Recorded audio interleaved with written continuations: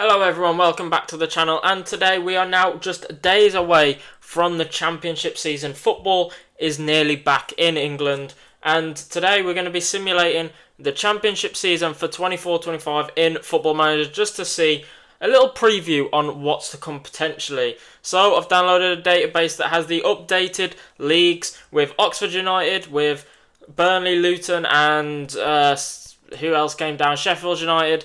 In the Championship, with updated transfers as well, and wherever the database missed out transfers, I've tried to fill in the gaps, gone through Transfermarkt to everyone's transfer history, and just put some players there, mainly just the big ones, because I wasn't really bothered about just the little free signings or just players that aren't even in the game. But yeah, let's see how the Championship season goes forward, and what are your predictions for this Championship season? Who do you think's going to win the league? Who do you think's going down? Who is getting playoff promotion? But yeah, if you're new around here, make sure to hit the subscribe button. We've got more content coming soon for 2024-2025 season. We've obviously got a Premier League video coming next week, just before the Premier League, to preview that. But for now, we've got the Championship, so let's get straight into it. So here it is, the Championship table: Blackburn, Bristol, Burnley. We're not going to go through them all, but as you can see, Oxford United, Portsmouth, Derby, they're all in here.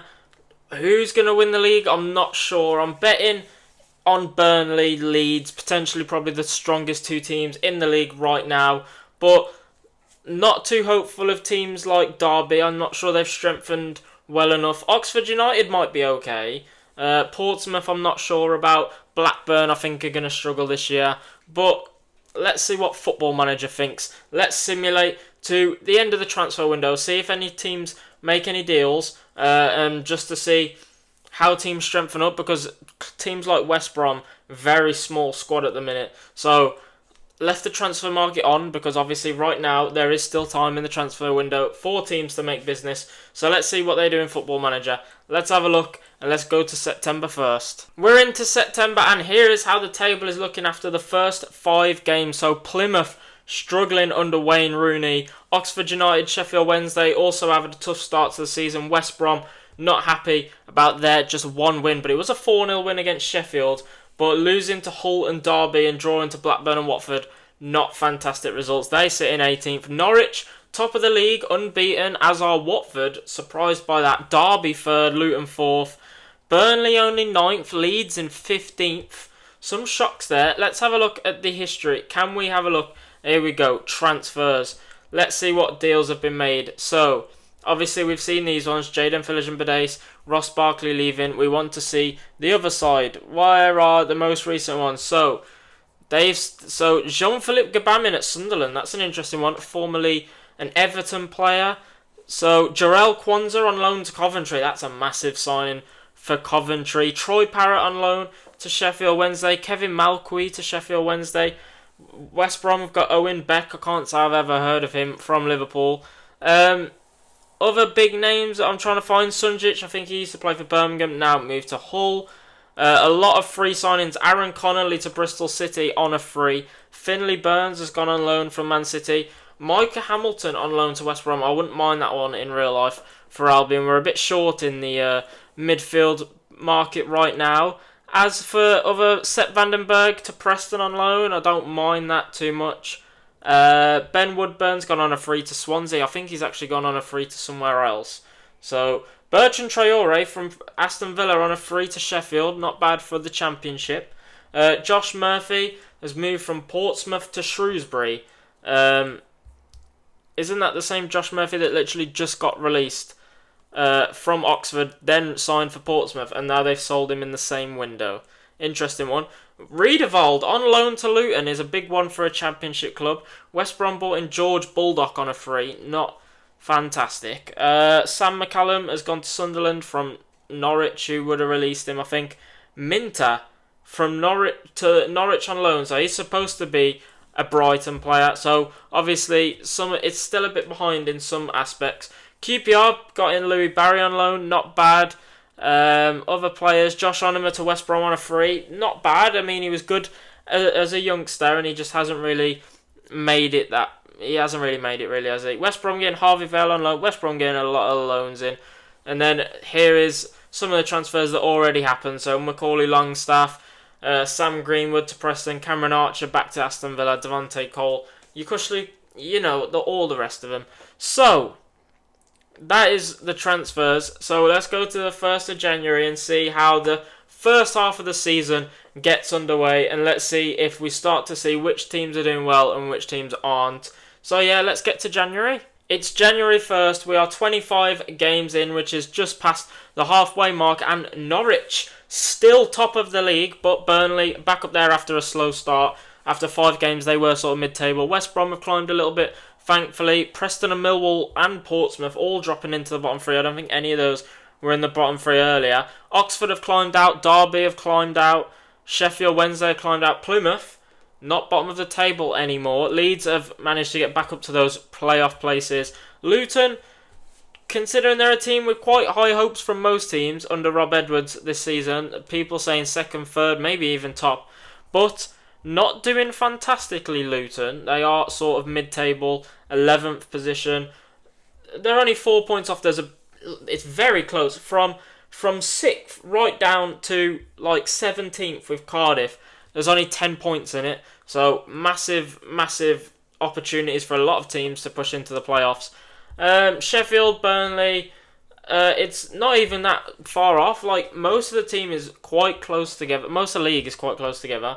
50 points Norwich, they're 6 points clear of the automatics, but they're like 46. So there's like 16 points from 2nd place right down to 17th. So still quite close together of a league. We're going to go to the end. Oh, I didn't see that. Maybe that explains it. I was thinking to myself, why do Luton have 13 wins but they're 11th? The reason is that they've been deducted minus 12 points for administration. How? What happened? What happened to Luton? That wasn't supposed to happen. I haven't put that in there. But they'd be on 48 points and be 2nd, so that explains a lot, and that explains why Luton are as far down as they are.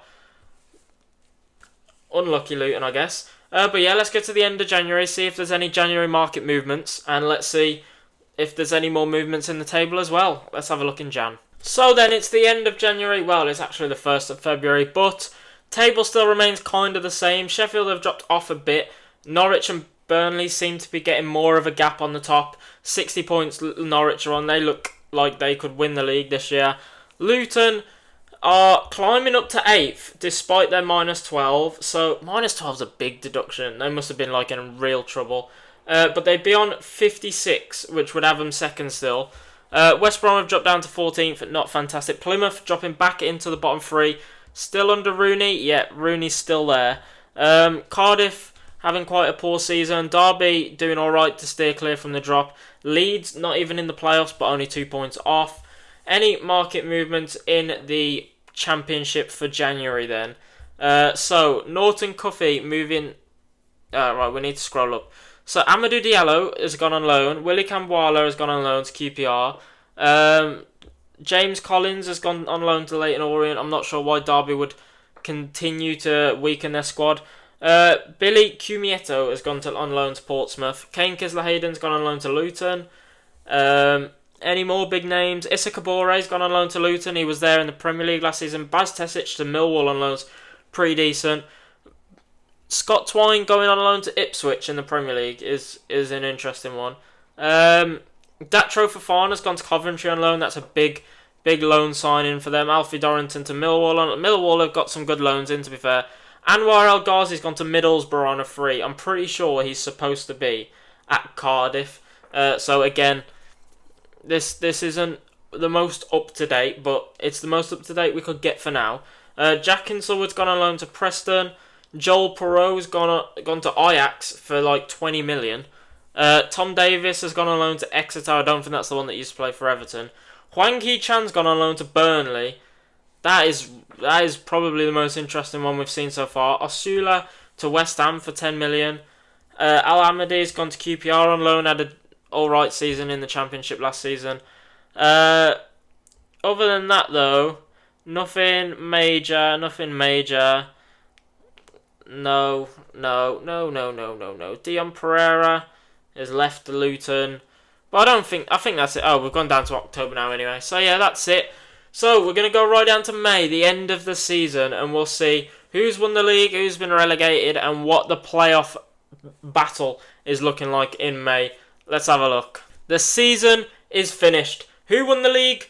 Norwich won the league. They were top majority of the season, so I can't say I'm surprised they've managed to win it. Leeds managed to push up to second. They must have had a quite good late push towards the end of the season. So, yeah, look at all these wins towards the back end of the season. From February onwards, they only lost 2 games in the league.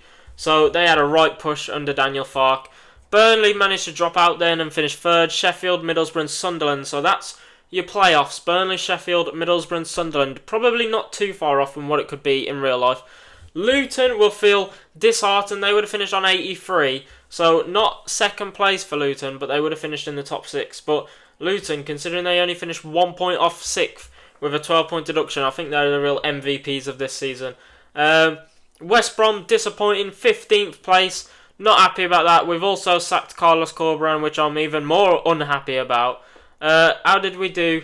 So, a decent win spell there, but not many losses. Bit of a poor form there. Jesus Christ, we didn't win in like 9 there. It's just we didn't really get a decent run of form in. Millwall, Portsmouth and Plymouth go down. I can't say that's too far off from what could happen in real life. I do have Portsmouth and Plymouth to go down, but I also have Blackburn going down, and they finished 11th. But Emma Hayes took over from Wayne Rooney and did not steer the ship away from finishing rock bottom, only winning 6 games against Watford twice, Blackburn, Middlesbrough, Sheffield, Cardiff. Not a great season for Plymouth. But that's it. That's the season done. Now we're going to have a look at the playoffs. Burnley will play Middlesbrough. Sheffield will play Sunderland.